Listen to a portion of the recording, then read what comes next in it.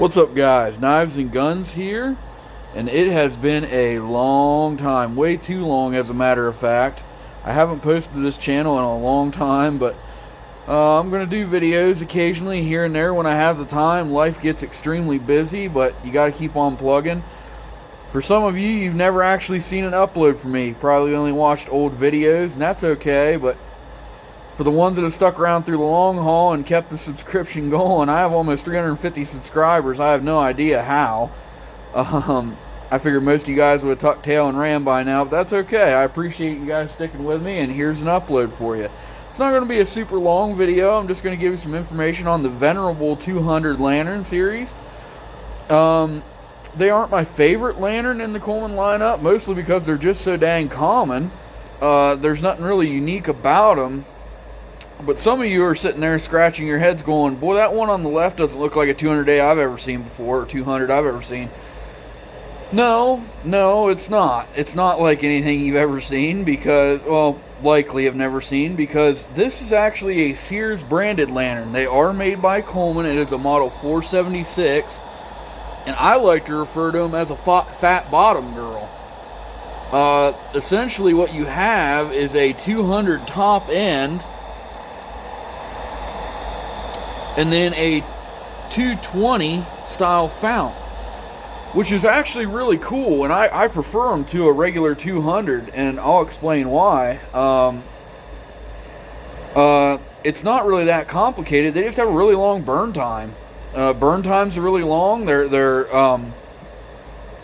And the wider base makes them a little less tippy. That's essentially it. They do run a regular 200 generator.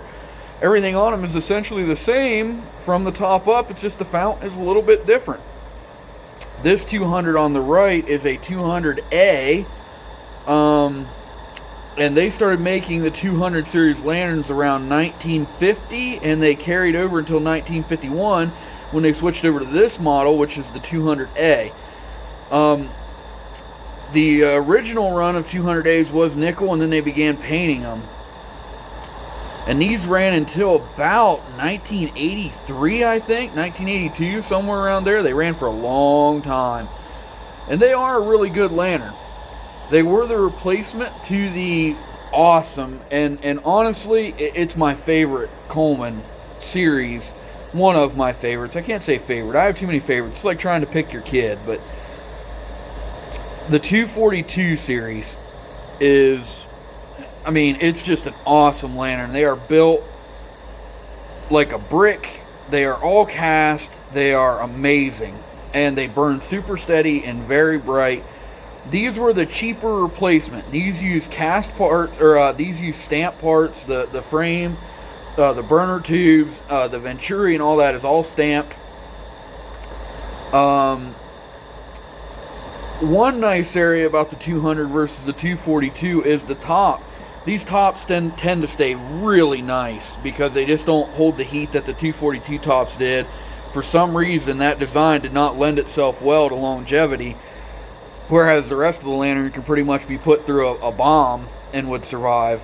So these do have the advantage, and the tops are usually generally pretty nice. This one is very nice. I mean, this thing is sweet. This ain't mine, actually. This lantern is not mine. I'm fixing it for a friend, and man, this one runs like a dream. I rebuilt it, put a new generator on it, and man, it is bright and it is steady. He couldn't get it running because he put kerosene in it. Whoever he had got it from had put kerosene in it, and they couldn't figure out why. Man, it was just so smoky.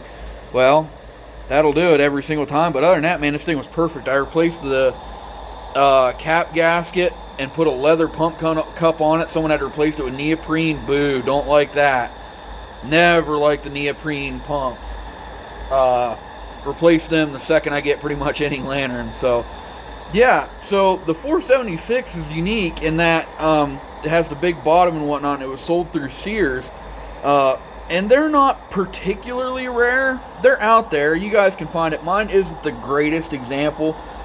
It's a little beat up and has some paint missing and whatnot, and the logo's kind of getting cracked on it, but it does work great as a user. And I tell you what, it burns for a long time. an extremely long time. I've had it going for almost 10 hours, and it just keeps on keeps on going. So they're awesome. They really are. You can find all these parts to repair pretty much anything on these lanterns. You can probably build one from the ground up from the parts section at oldcolemanparts.com. Mike sold the company, Old Coleman Parts, to a friend of his, and he's running it, and they seem to be doing a really, really good job. Mike is still on board and helps them where he can and when he can. But man, Old Coleman Parts is still ticking. If you guys need parts for these lanterns, I recommend going over there. They have been awesome, and this is not paid, by the way. I buy everything myself through them. They've never given me anything, but that is the place to go for information and parts. And also the Coleman Collectors Forum. You guys, there's tons of information over there. Absolutely everything you would ever want to know about a Coleman lantern, somebody over there knows the answer to the question, and that is where I've gotten a lot of my information over the years. Of course, Terry Marsh's website is fantastic. Guys, look at that. But yeah, the Venerable 200 ran for a long time. They do seasonal variations of this. They do all kinds of stuff. It's not my favorite. They tend to flicker a little bit. They tend to get a little air gappy up here, up the top near the Venturi. And the stampings aren't always quite right, and they have a little pulse a little bit here and there, and they're kind of a pain to get started every now and then and whatever, but they are good lanterns and much better than anything built today.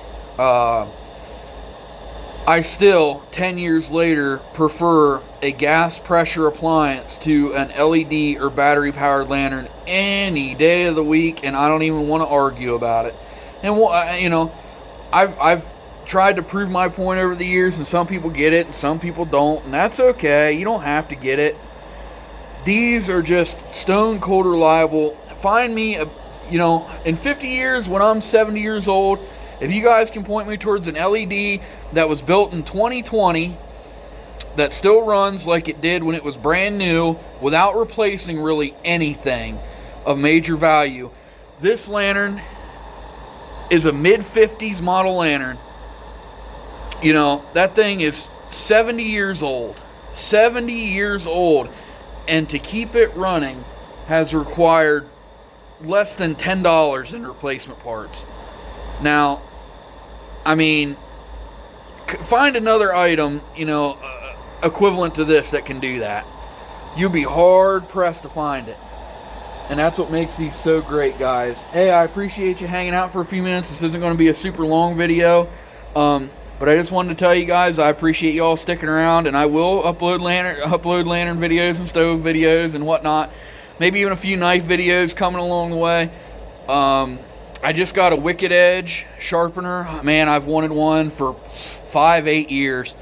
And I just got one. My wife, who was my fiance, you guys probably heard me talk about her years ago. She is now my wife.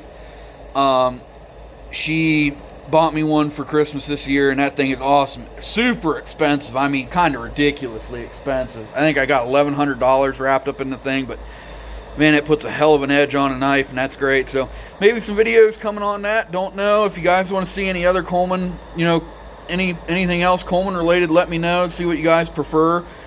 Stove videos, stuff like that. But I appreciate you all sticking around, and take care. Goodbye.